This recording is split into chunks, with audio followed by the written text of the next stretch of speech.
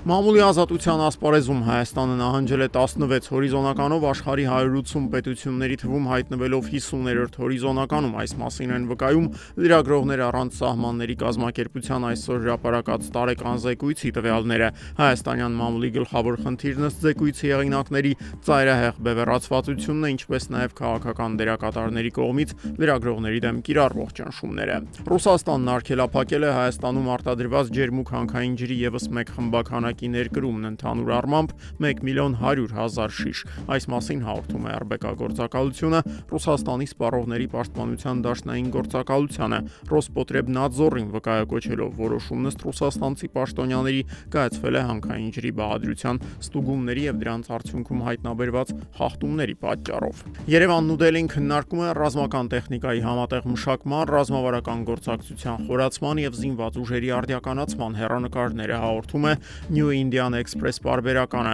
Սեփական աղբյուրները վկայակոչելով պարբերականը պնդում է, որ Հայաստանը քննարկում է հնդկական զինատեսակներն իր տարածքում արտադրելու եւ այդ նպատակով համատեղ ձեռնարկություններ ստեղծելու հնարավորությունը։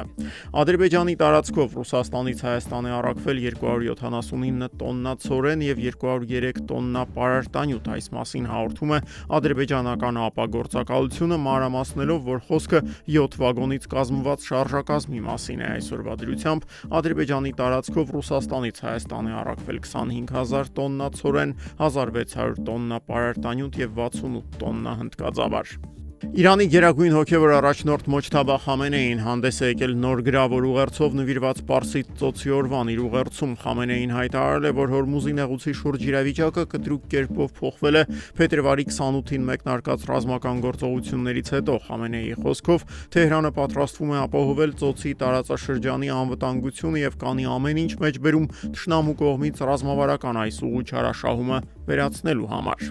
Չեչնիայի գործող առաջնորդ Ռամզան Կադիրովը պատրաստվում է եւս մեկ անգամ առաջադրվել հանրապետության ղեկավարի պաշտոնում։ Այս մասին Կադիրովը հայտարարել է Ռուսաստանի նախագահ Վլադիմիր Պուտինի հետ Կրեմլում կայացած հանդիպման ժամանակ։ Ռուսաստանի նախագահն իր երախտագիտությունն է հայտնել Կադիրովին հատուկ ռազմական գործողության ընթացքում ցուցաբերած աջակցության համար։ Պուտինը նաև հաջողություն է մաղթել Կադիրովին սեպտեմբերի 25 կայանալիք ընտրություններում։ Վերջին ամիսներին ռուսաստանյան ընդդիմադիր մամուլում ակտիվ տեղեկություններ էին շրջանառվում, որոնց համաձայն Կադիրովը մահացու հիվանդ է եւ պատրաստվում է իր պաշտոնը փոխանցել որդիներից մեկին։ Ռամզան Կադիրովը Չեչնիա ղեկավարում է 2007 թվականի փետրվարից։